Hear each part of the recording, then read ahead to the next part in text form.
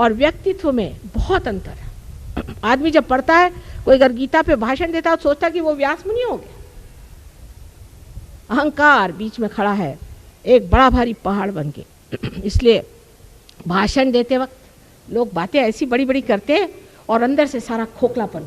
2 दिन उनके पास जाइए तो पता चलता कि हे भगवान, इतना ये खोखला आदमी ये इतनी बड़ी बड़ी बातें करता है, इसे कोई भी लज्जा नहीं आती, इस तरह की बातें कैसे करता है? क्योंकि उसके अंदर धर्म नहीं, धर्म की शक्ति नहीं। जिस आदमी में धर्म की शक्ति होती है वो कभी भी इस तरह की असत्य बात बाहर और अंदर से पूरी तरह से एक खोखलेपन से जीवन नहीं बिता सकता। मनुष्य के व्यक्तित्व के लिए आज ज़रूरी है कि आप अपने आत्मा को जान लें, उसके बाद आप अपने धर्म को भी जान जाएंगे, अपने शरीर को जान जाएंगे, अपने प्रकृति को जान जाएंगे, अपने स्वभाव को जान जाएंगे, अपने चक्रों को जान जाएंगे। कम से कम मैं कहती हूँ कि आपके गुरु हैं तो कम से कम आपकी तंदुरुस्ती तो अच्छी रखें। पैसा तो खूब ले रहे हैं, तंदुरुस्ती तो आपकी चौपट है। किसी को पैरालिसिस हो रहा है, किसी को और कोई बीमारी हो रही है।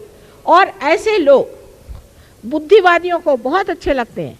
एक पूना में एक गुरु हो गए, अब रहे नहीं भगवान की कृपा से, उनके शिष्य लोग आए थे। किसी को पैरालिसिस है, किसी को किडनी ट्रबल है, किसी की आंखें ऊपर चढ़ रही हैं, किसी को दिखाई नहीं देता, कोई अंधा हो गया, कोई कुछ।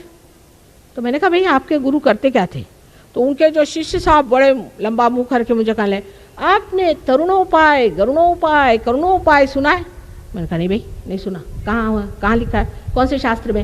नहीं, शास्त्र में नहीं, हमारे गुरुजी ने हमें बताया। अच्छा, ये कहाँ से बीच में से निकल आए आपके गुरुजी, जो कि सारे शास्त्रों को बना करके और अपनी तरफ से बता रहे हैं एक बात को। जो आदमी अपने ही तरफ से नई चीज निकालता है और अपने को बड़ा अभिनव समझता है, वो जीवंतता लेकर नहीं।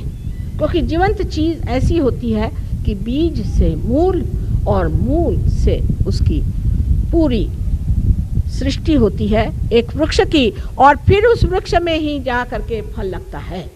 ये नहीं कि फल कहीं आकाश से चला है, वो तो प्लास्टिक का होएगा। सारे शास्त्रों का आधार इस पर होना चाहिए। अब ये जरूर है कि एक शास्त्र यहाँ लिखे गए समयाचार के अनुसार, दूसरे शास्त्र समयाचार के अनुसार वहाँ लिखे गए, लेकिन जो इंसान उनका सार एक करके बताए वही सदगुरु है। जो उनमें ये दिखाए कि ये गलत है और वो गलत है, वो आदमी सदगुरु नहीं। साईनाथ, शिरडी के साईनाथ, उनके मैं जब जगह गई थी तो मुझे बड़ा आनंद आया। उन्होंने लिखा है कि किसी भी धर्म की निंदा करना महापाप है। धर्म चीज और है और उस धर्म के पालने वाले उसके उल्टा मुंह करके बैठे हुए। इसलिए उनके पालने वालों से आप धर्म को गालियां मत दीजिए। धर्म चीज और है, और ज़्यादातर धर्म इसलिए लोग इस्तेमाल करते हैं कि यही एक पाखंड से वो ज़िंदगी में रह सकते हैं। जैसे हमारे बम्बई में एक बार बड़ा भारी स्मगलिंग केस हुआ, तो जब उन्होंने विलायती शराब लाई तो वो गीता के किताबें बना बना करके ऐसी झूठ मूठ की उसके अंदर रख के ला, क्योंकि गीता को कौन पूछेगा। इसी तरह से धर्म है, बड़ा भारी टीला विला लगा लीजिए, एक नाटक बना लीजिए और धर्म का नाम ले लीजिए तो लोग चले आपके पैर पे। धर्म के लिए संसार छोड़ने की ज़रूरत नहीं, घर द्वार छोड़ने की ज़रूरत नहीं। कोई चीज़ जब पकड़ी नहीं तो छोड़ेंगे किसी? जिसने किसी चीज़ को पकड़ा हो वही तो छोड़ेगा। आज ठीक है, हमारे पति हैं, उनकी एक फैमिली है, पिता की एक फैमिली है, उनका एक ढर्रा है, उस घर में रहने का है, ठीक है, उस ढंग से हम रह रहे हैं। कल अगर आप जंगलों में कहिए, जंगलों में रहेंगे। हमारी अपनी बादशाहत है। हम थोड़ी ना कि ये चीज़ चाहिए हमको, वो कंफर्ट चाहिए हमको, एयर कंडीशनिंग चाहिए। ये तो भिखारियों के लक्षण है। और जो भिखारी होता है वो कोई गुरु नहीं हो सकता। जो आपके टुकड़ों पे पलता है वो कोई गुरु होगा? आपसे अगर कोई कहे कि मेरे घर में आके मुफ्त रहे तो आप रहिएगा? जिसमें इतना भी आत्माभिमान नहीं, ऐसे आदमी को आप लोग गुरु मान लेते हैं और उनको पैसा रुपया देते रहते हैं, उनकी बकवास सुनते रहते हैं, तो आपके लिए भी क्या कहा जाए। ऐसे लोग मार खाते हैं, उनकी कुंडलिनी हतोहत हो जाती। मैंने देखा है हताहत इतनी बुरी तरह से होती है कि कभी कभी किसी की कुंडलिनी जैसे कोई किसी ने मार मार के उसके बिल्कुल धजड़ा बना दिया। इतने उसमें छेद दिखाई देते हैं और माँ छटपटाती रहती बेचारी आपकी माँ कि इसको कैसे मैं रियलाइजेशन दूँ, इसका मैं कैसे उत्थान करूँ। तो परिवर्तन होना चाहिए, आपके अंदर परिवर्तन होना चाहिए, और परिवर्तन ऐसा होना चाहिए कि दुनिया कहे चमका हुआ ये सितारा है, ये चमक गया है, इसके मुंह पर ये कांति आ गई, ये कितना बढ़िया आदमी हो गया। हमने ऐसे ऐसे लोग देखे कि एक रात में शराबी कबाबी आदमी था, इतना शराबी आदमी कि आके मुझे वो गालियां दे रहा था, और दूसरे दिन पार होते ही आप उनकी शक्ल नहीं पहचान सकते, क्योंकि आदमी समर्थ हो जाता है, इतना शक्तिशाली होता है कि किसी भी तरह की गंदगी, किसी भी तरह की बुराइयां, किसी भी तरह की गुलामी वो नहीं करता। हमको कोई संत साधुओं से थोड़े कहना पड़ता था कि भाई तुम शराब मत पियो, उनके लिए कोई शराबबंदी थोड़ी करनी पड़ती थी। वो स्वयं इतने शुद्ध थे कि जहाँ जाते थे वहीं लोग इसको छोड़ देंगे। लेकिन इतना ही नहीं, जिस वक्त आप सत्य को प्राप्त होते हैं तो इसका एक प्रकाश है, उस प्रकाश में जब आप दूसरों को देखते हैं तो आपको नज़रअंदाज आ जाता है कि इस आदमी को क्या परेशानियां हैं और उसकी सहायता कैसी है। सबसे बड़ी तो बात यह है कि सत्य का प्रकाश स्वयं प्रेम है, और प्रेम में क्षमा। हर समय आदमी चाहता है कि इसको क्षमा कर दे, और जब कोई सहयोगी आके कहता है माँ इसे थोड़े दिन क्षमा कर दीजिए, मुझे बड़ा आनंद होता है कि देखिए इसने ये सहानुभूति से कहा कि माँ इसे क्षमा कर दीजिए, ये ठीक हो जाएगी।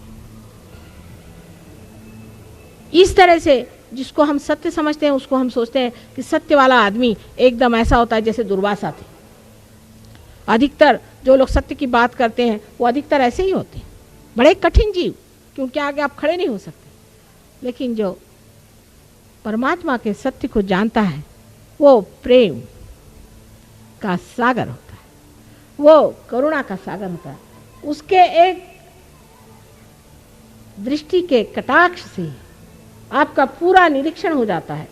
इतना ही नहीं, लेकिन आपकी सारी दुविधाएं दूर हो सकती। ये बात सत्य है, इसको आप आजमाएं और देखें।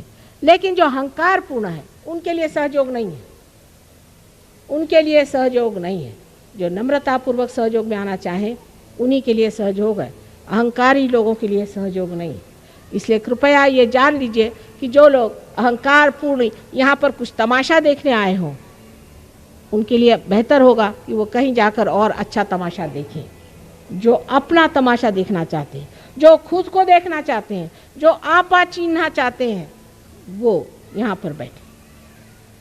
इसी से आप सत्य को जानेंगे, और सत्य को जानने का मतलब कभी भी बुद्धि से नहीं होता है, लेकिन आत्मन्येव आत्मने तुष्टः, आत्मा से ही आत्मा को जाना जाता है। ये बड़ी कमाल की चीज़ है कि जब आत्मा हमारे अंदर जागृत होता है तब इस आत्मा से ही हम सर्वव्यापी इस आत्मा को जान सकते हैं। इसीलिए बुद्ध ने पहले कह दिया कि तुम भगवान की बात ही मत करो, पहले तुम आत्म साक्षात्कार की बात करो। उस पर लोग कहते हैं कि उनका ईश्वर में विश्वास नहीं था। ये बात नहीं, ईश्वर की बात करो तो लोग खुद ही को ईश्वर कहने लगते हैं। इसलिए बेहतर है कि पहले आत्मा को प्राप्त हो, पहले आत्मा को लें, आत्मा को जानें। और ये सबसे बड़ी चीज़ है जो हमको मिलते ही हम एक दूसरे साम्राज्य में जाते हैं, एक नए व्यक्तित्व में जागते हैं।